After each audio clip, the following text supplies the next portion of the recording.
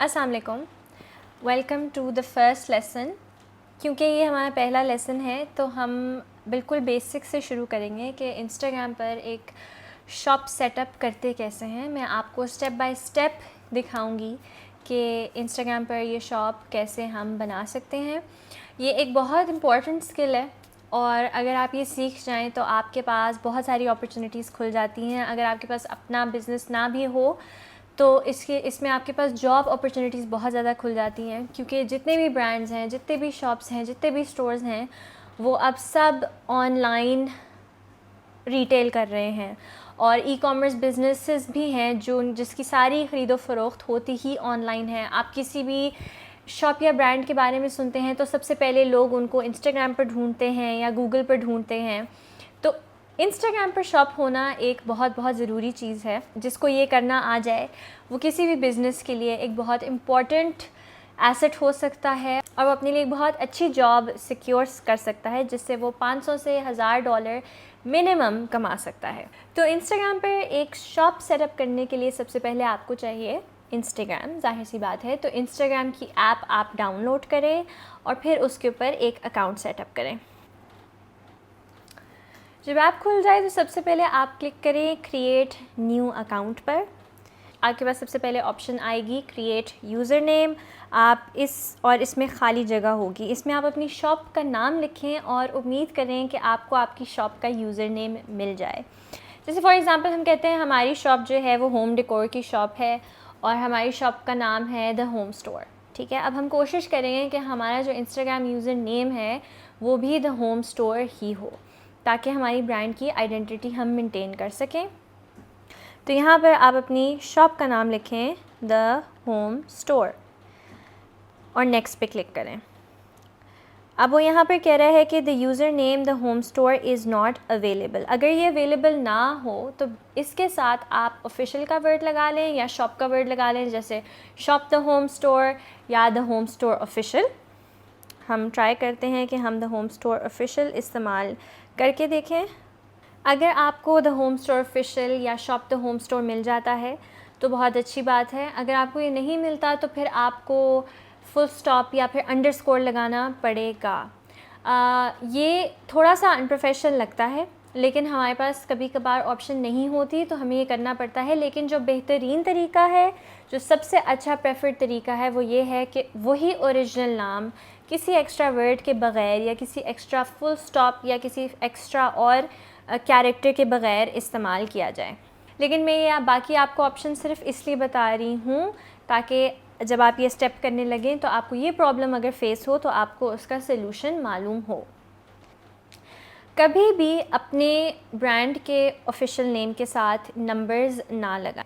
यानी अगर आपका द होम स्टोर नाम है तो उसके आगे आप 1 2 3 4 या 3 2 1 या अपना डेट ऑफ बर्थ या ईयर ऑफ बर्थ मत लगाएं। और उसकी वजह ये है कि आपकी ब्रांड की एक आइडेंटिटी होती है, एक नाम होता है। अगर किसी को आपको ऑनलाइन ढूंढना है तो उनको तो नहीं मालूम होगा कि आपने आगे वर्ड्स लगाए, नंबर्स लगाए हुए हैं या कोई और कैरेक्टर्स लगाए हुए हैं।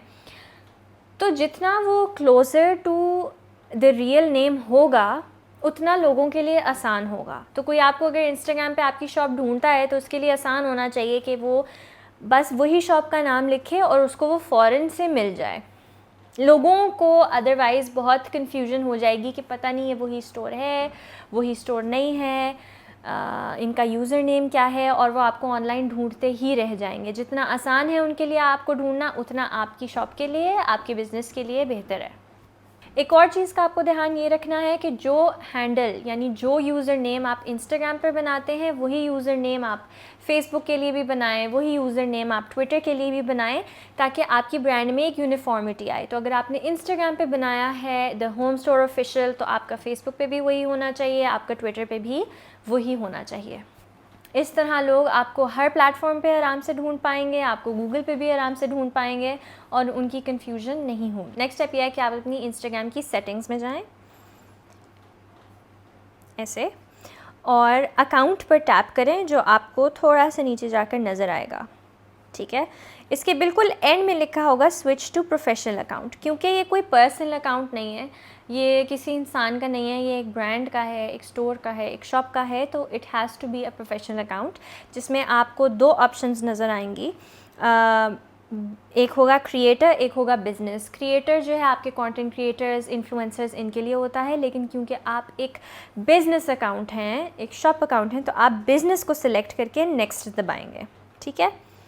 उसके बाद आपको एक लिस्ट मिलेगी कैटेगरीज़ की, फिर जो मुनासिब आपकी कैटेगरी बनती है, जिसके अंदर आपका बिज़नेस आता है, जिसके अंदर आपकी शॉप आती है, उसको आप सिलेक्ट करें। जैसे यहाँ पर आप सिलेक्ट कर लें शॉपिंग एंड रिटेल, ठीक है, और नेक्स्ट कर दें। उसके बाद एक कॉन्टैक्ट इन्फो का पेज आएगा, जिसको आप जो भी आप इंफॉर्मेशन अपनी चाहते हैं, कॉन्टैक्ट इन्फॉर्मेशन यानी ईमेल, फ़ोन नंबर, वो आप इसमें ऐड कर दें। फिर आपके पास ऑप्शन आएगी टू कनेक्ट टू फेसबुक। सबसे बेहतर तरीका ये है कि आप फेसबुक से कनेक्ट कर लें और फेसबुक के साथ उसको लॉगिन कर लें, ताकि आपका इंस्टाग्राम और फेसबुक आपस में कनेक्टेड हो और जो आप वहाँ पोस्ट करें वो आप उधर भी शेयर कर सकें और एक कोहेरेंस आ जाए। अब मैं प्रोफाइल सेटअप करना आपको अगली वीडियो में सिखाऊंगी। उससे पहले मैं आपको सिखाऊंगी कि इंस्टाग्राम पर आपके पास क्या क्या ऑप्शंस और क्या क्या टैब्स होते हैं, ताकि आप उनको समझ सकें। तो बिल्कुल नीचे आपके पास 4 टैब्स होते हैं, ठीक है। एक है आपका होम पेज, ठीक है। इधर आपकी सारी अपडेट्स आती हैं, जिसको भी आप फॉलो कर रहे हैं उसकी अपडेट्स यहाँ पर आएंगी। जैसे अगर मैं कुछ पेजेस को इधर फॉलो कर लूँ तो उन सारों की अपडेट्स इस होम पेज के ऊपर आएंगी, ठीक है। फिर आपका होता है ये सर्च वो है जिधर आप दूसरी प्रोफाइल्स डिस्कवर कर सकते हैं। आपके पास बहुत सारे रैंडम लोगों का कंटेंट आ रहा होता है जिनको आप फॉलो नहीं भी कर रहे होते, और ऊपर आपके पास सर्च की ऑप्शन होती है जहां आपने किसी को ढूंढना है तो आप यहां प्रेस करके ढूंढ सकते हैं।